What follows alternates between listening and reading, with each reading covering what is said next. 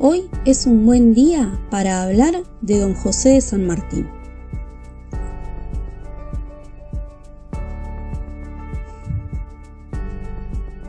Vamos a comenzar realizando un pequeño ejercicio.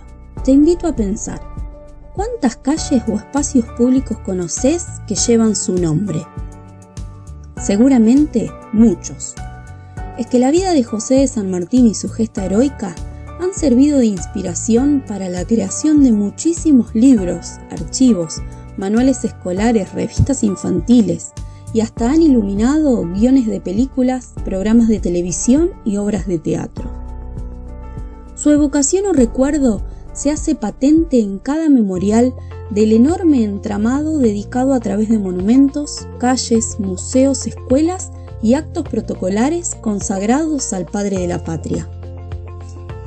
Que José de San Martín sea el héroe preferido de los argentinos y las argentinas es el resultado de la construcción colectiva y sostenida en el tiempo, en parte de la denominada historia oficial, que contribuyó a instalar una visión del pasado y a su vez legitimar un orden social establecido.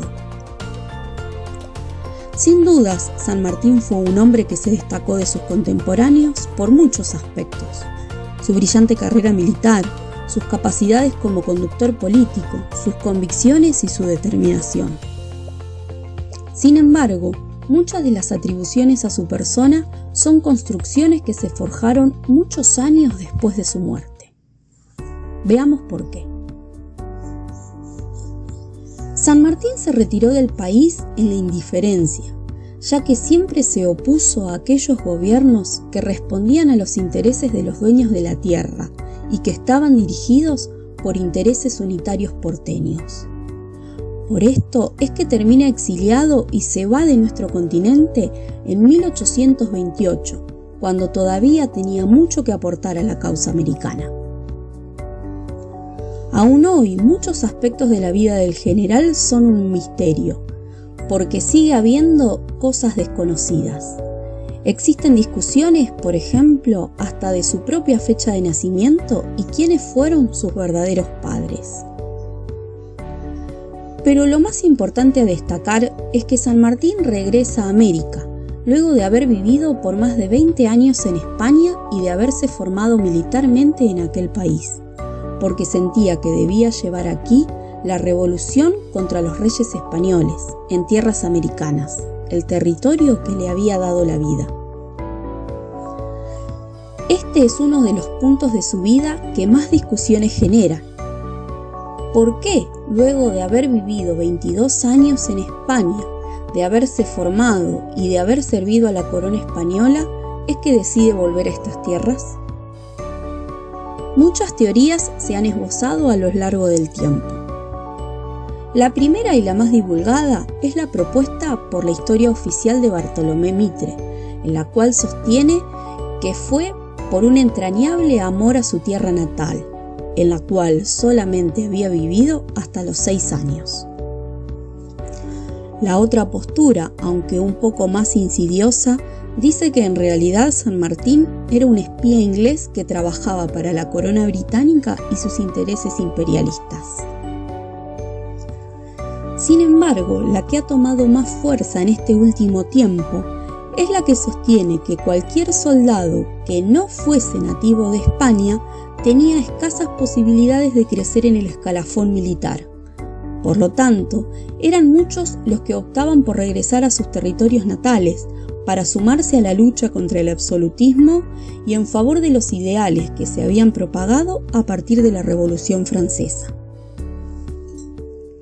San Martín sentía un profundo respeto por los pueblos originarios de este territorio y lo puso de manifiesto en reiteradas oportunidades.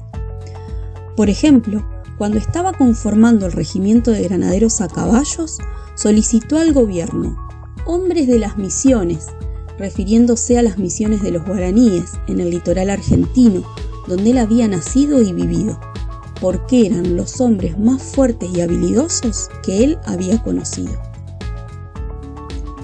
También, cuando lleva adelante el cruce de los Andes, se presenta ante el cacique de los pehuenches al solicitarles permiso para cruzar por sus tierras, Les tenía un gran respeto y no pretendía pasar por encima de ellos.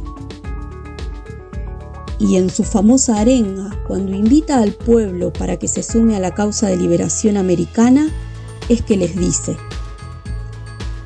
hay que hacer como nuestros paisanos los indios, andemos en pelotas, porque lo más importante es la libertad y lo demás no importa nada.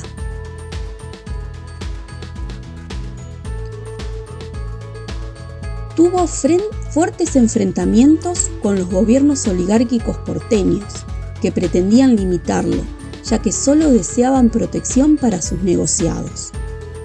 Su presencia fue molesta y con la intención de denigrarlo, desde Buenos Aires lo nombran gobernador de Cuyo, ya que para la sociedad porteña todo lo que sucedía fuera de su territorio era de una categoría inferior.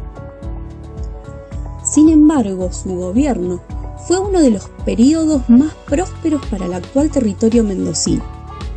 Apostó por la industria nacional, tanto la vitivinícola como la metalúrgica y la minera, creando muchos puestos de trabajo. Promovió la ley de protección a un producto nacional, el vino cuyano. Llevó adelante un plan de ordenamiento y planificación de la urbanización. Dictó la primera ley protectora a nivel nacional de los derechos del peón rural, obligando a los patrones a certificar por escrito el pago en tiempo y forma de su salario. Organizó y reglamentó el servicio de correos y de policía. Empleó a los desocupados en el blanqueo de las casas y en el cuidado de la ciudad. Prohibió los castigos corporales que se aplicaban a los niños en las escuelas. Fomentó la salud y la educación para todos y todas. Y casualmente fue el primero en llevar un plan de vacunación, en aquel caso contra la viruela. No solo fue un gran estratega militar, como dijo Bartolomé Mitre, sino que además fue un excelente conductor político, ya que organizó el primer ejército popular latinoamericano para cruzar la cordillera más alta del país e intentar dar la libertad al pueblo, convenciendo a casi 4.000 jóvenes que se sumen a la causa sin cobrar un peso. Es que los enamoró de los ideales de la revolución, de la independencia, de la libertad y del sueño de la patria grande. Y es además quien tuvo el coraje y la valentía de decirle que no a Buenos Aires cuando le ordenaron reprimir a las montoneras federales el 8 de enero de 1820, en el denominado Motín de Arequito. Su respuesta fue que jamás su sable va a desenvainarse para derramar sangre de hermanos. Luego de dejar toda su inteligencia y su capacidad, su energía en la causa de la liberación americana, es exiliado en Francia, donde muere el 17 de agosto de 1850 sin el reconocimiento del gobierno oficial. Y pasaron más de 30 años hasta que sus restos fueron repatriados y hoy descansan en la Catedral de Buenos Aires. Luego, la historia oficial intentó crear un panegírico con su figura, presentándolo como el santo de la espada. Guerrero, apolítico, modelo de valores castrense, disciplinado, austero, honorable, generoso. Esa es la figura sanmartiniana que se difunde desde los primeros años de la vida escolar. Sin embargo, como vimos, fue denigrado en vida por el poder unitario y su proyecto de liberación tuvo muchas trabas de parte de quienes pregonaban todo lo contrario.